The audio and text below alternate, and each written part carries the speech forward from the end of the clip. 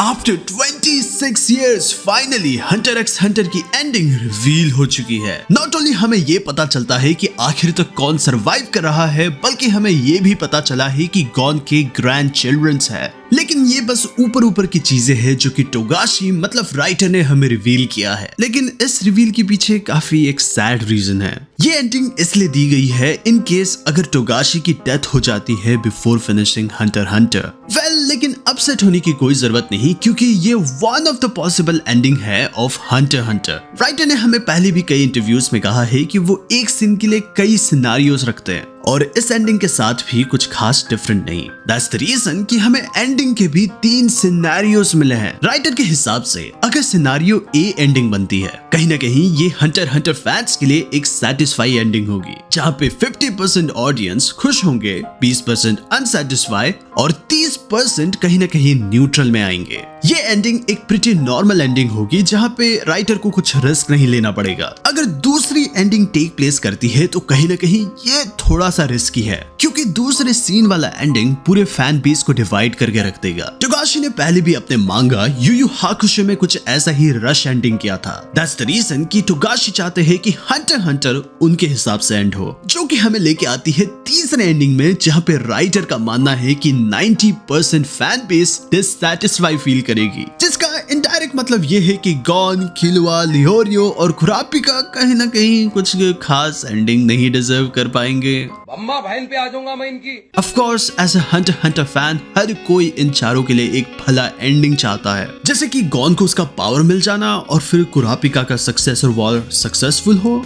लेकिन फिकर not, anime explain ने हमें पहले ही कह दिया था कि टोगाशी के पास एंडिंग डी भी है और एंडिंग डी काफी खुशहाल एंडिंग है। इस एंडिंग में हमें दिखाया गया है कि तालाब के बगल में एक लड़की फिशिंग कर रही है। इस लड़की का नाम हमें जिन बताया गया है। ये काफी सिमिलर है बिल्कुल अर्लियर चैप्टर की तरह, जहाँ पे हमें गॉन को फिशिंग करते हुए दिखाया गया था। और जस्ट लाइक गॉन, वो एक बहुत ही बड़ी मछली पकड़ती है एक बहुत ही बड़े एक्साइटमेंट में, और वो मछली नन पूरे लेक का लॉर्ड होता है, जस्ट लाइक वही मछली की तरह जो कि गॉन ने पकड़ा था। जस्ट लाइक पैरेलल करते हुए गॉन की तरह हम अज्यूम करते हैं कि वो भी अपने मॉम के पास जाएगी मछली लेके, ये कहते हुए कि उसे हंटर बनना है। लेकिन यहाँ पे ठीक उल्टा होता है। जिम इनफैक्ट ये कहती है कि सिंस अब उसने लॉर्ड ऑफ द लेक को पकड़ लिया है, उसकी मॉम उसे ये कहना बंद करे कि वो हंटर बने। और जस्ट लाइक हंटर हंटर की तरह यहाँ पे भी उसकी मॉम एग्री कर देती है। जिनके दोनों पेरेंट्स इसी चीज के ऊपर आते हैं कि अनलाइक गॉन जो कि ट्रैवल करना चाहता था, हंटर बनना चाहता था, जिन नहीं चाहती, एंड देयरफॉर आई थिंक उसे ये करने का अपना ही हक भी है।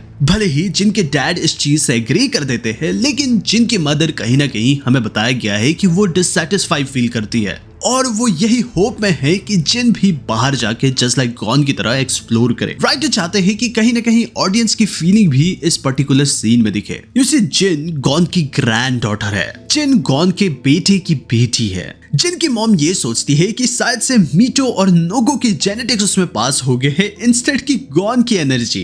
यप, टर्न्स आउट कि आफ्टर द एडवेंचर वो वापस अपने आइलैंड में वापस आ गया था और वहां पे उसने नोको से शादी करी। I mean, या तुम्हें ये लड़की याद नहीं? शायद से पूरे आइलैंड में बस यही लड़की थी उसकी उम्र की, सो उसके पास कोई चॉइस ही नहीं था। अनदर चीज जो कि हमें दिखता है वो है कंक्लूजन ऑफ गॉन्स जर्नी। एक जमाना था जब माँ रेयरली अपने बच्चे को हंटर बनने पे एनकरेज करती। वो हमेशा अपने बच्चे की सेफ्टी के लिए केयर करती और ये सोचती कि आखिर हंटर की फैमिली खुशी कैसे रह सकती है, वो तो लोनली रहती है। लेकिन it seems like in future एक पेरेंट अपने बच्चे को यहाँ पे हंटर बनने के लिए फोर्स कर रही है, जैसे कि एक डॉक्टर या फिर इंजीनियर। ये हमें बताती है कि हंटर का रेपुटेशन अपने आप में ही काफी बढ़ चुका है, क्योंकि at the end of the day Hunter बनने का मतलब है कि कहीं ना कहीं तुम एक पैथ को परस्यू कर रहे हो। सीम्स लाइक कि हंटर का जॉब ओवर द ईयर थोड़ा सा चेंज हो चुका है, क्योंकि कोई भी माँ ये नहीं चाहेगी कि उसका बेटा या फिर बेटी कुछ ऐसे चीजों से गुजरे। क्या पता after the dark continental arc world में कई ज्यादा प्रोस्पेरिटी आई है ड्यू टू द मिरेकल्स जो कि वहां पे पहले मिलते थे, लाइक उस पत्थर की तरह जो कि पानी के नीचे से ही पूरी इलेक्ट्रिसिटी को जनरेट कर सकती है, जो कि एक घर को पूरी तरीके से चला सकता है। या फिर रिमेंबर वो हर्ब जो कि हर एक डिजीज को मार सकता है। सिम्स लाइक कि डार्क कॉन्टिनेंट आर्क के बाद हंटर की रेपुटेशन काफी अच्छी हो चुकी है। जिन की मॉम अभी भी यही होप करती है कि जिन एक दिन इस आइलैंड को छोड़ के जाए और हंटर बने। सीम्स लाइक कि गॉन का कहीं ना कहीं नैन वापस आ गया था और वो वापस ऐसे ही कुछ और एडवेंचर्स के लिए गया। जिन इस चीज को काफी दूर से भी सुनती है और वो ये बड़बड़ाती भी है कि वो कभी लीव नहीं करने वाली। उसकी मॉम यही कहती है कि जिन के पास भी काफी शार्प आई है, जो कि ये रिजेंबल करता है कि इन दोनों के बीच में काफी ज्यादा सिमिलैरिटीज है। जिनके पास स्ट्रेंथ है टू बिकम हंटर, लेकिन जस्ट उसे मीनिंग चाहिए। जिन काइंड ऑफ एक व्हाट इफ है अगर काइट कभी उससे मिला ही नहीं होता। उसने गॉन को जिन के बारे में बताया और ये क्यूरियोसिटी जगाई कि आखिर हंटर बनना कैसा होता है। और कहीं ना कहीं जिन के पास यही सिमिलर ड्राइव नहीं है। सीन फिर आता है उसी दुकान में जहां पे लेक लॉर्ड को काटा जा रहा है, जो कि जिन ने पकड़ा था। जिन अपने आप में ही ये सोचती है कि उसकी मॉम ये चीज नहीं समझती कि जब भी गॉन अपने हंटर मेमोरीज के बारे में मेंशन करता है, उसकी वाइफ पीछे सीट में चली जाती है, एज इफ गॉन की ये हंटर जर्नी उसके लाइफ में पेन लेके आ रही है। एवरी टाइम वो अपनी स्टोरी सुनाता है, वो चॉपिंग बोर्ड पे और ज्यादा फोर्स के साथ अटैक करती है,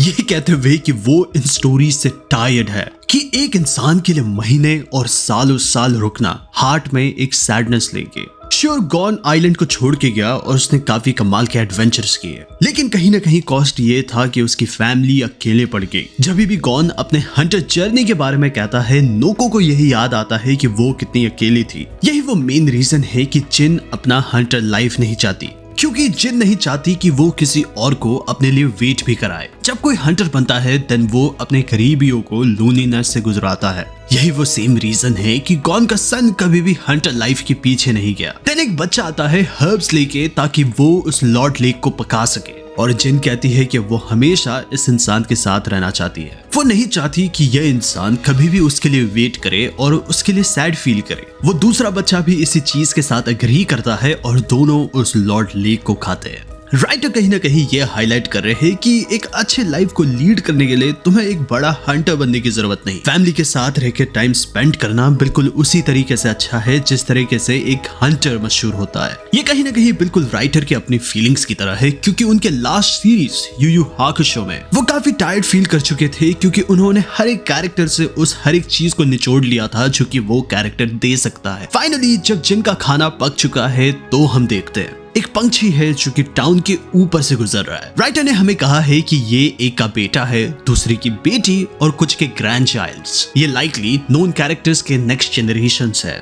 लाइकली ये नेक्स्ट जनरेशन है ऑफ लियोरियो, कुरापिका और कीलोआ। ये हिंट बेसिकली कंफर्म करती है कि हमारे सारे कैरेक्टर्स कहीं ना कहीं डार्क कॉन्टिनेंट को सरवाइव करेंगे। और आखिरी सीन यही है, गॉन ऐसे ओल्ड ग्रैंडपा जो कि इन सारी चीजों को एक साथ देख रहा है। ये काफी स्वीट एंडिंग है, लेकिन कहीं ना कहीं राइटर ने हमें ये भी मेंशन किया है कि ये एंडिंग लाइकली साइड से नहीं होने वाली, लेकिन स्टिल जो एंडिंग होगी वो कहीं ना कहीं इसके पास होगी। Let us know in comment कि आखिर तुम्हें एंडिंग कैसे लगी। एंड नेक्स्ट वीडियो तक के लिए गुड बाय।